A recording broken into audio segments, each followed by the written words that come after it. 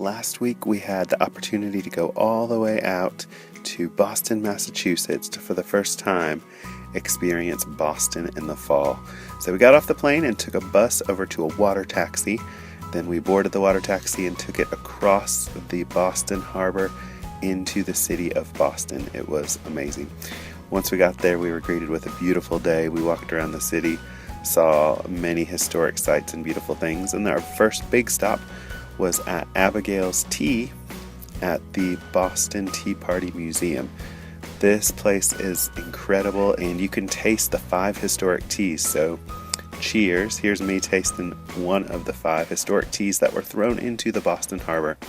So while we were there, we snuck some peeks and listened in and eavesdropped on some of the tours at the Boston Tea Party Museum. Unfortunately, we didn't have time to actually take a tour at the museum, but just by going into Abigail's Tea Shop, we got to see and listen in on what was going on. They actually got to throw some of the teas into the harbor, and then of course had some really good insights into what happened with the Boston Tea Party and the American Revolution.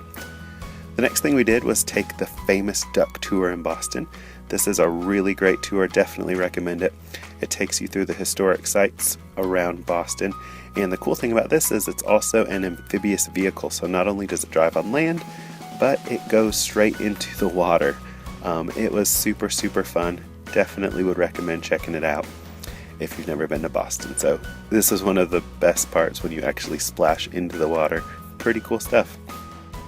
One of the other cool things about it was they actually let me drive, which was so cool. I got to go back and tell my 5th grade students that I drove an amphibious vehicle.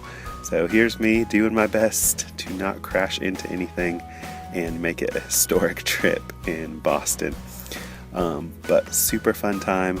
The tour guide was a lot of fun, cracked a lot of cheesy jokes, but made it worthwhile.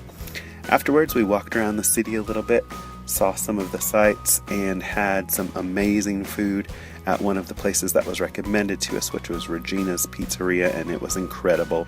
Next, we did a historic walking tour. We got to see the site of the Boston Massacre, which I'd seen pictures of in textbooks, so that was super incredible. We did the Freedom Trail, which took us to many historic sites along the way.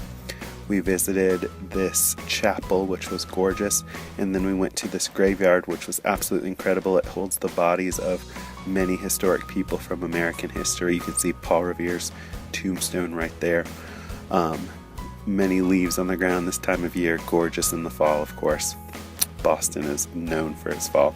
And a little squirrel friend, which was fun to chase around the graveyard. Next, we went to Paul Revere's house. This is right along the Freedom Trail, and got to see where Paul Revere actually lived. Really incredible stuff. After that, the Freedom Trail took us to the church, which is the Old North Church, where Paul Revere had put 1 lantern if by land, 2 lanterns if by sea, to inform the colonists how the British would be coming in. Next, we went to Mike's Pastry and had some amazing cannolis. I had the Nutella cannoli. It was incredible. Michelle's cannoli was awesome, but mine was definitely the best.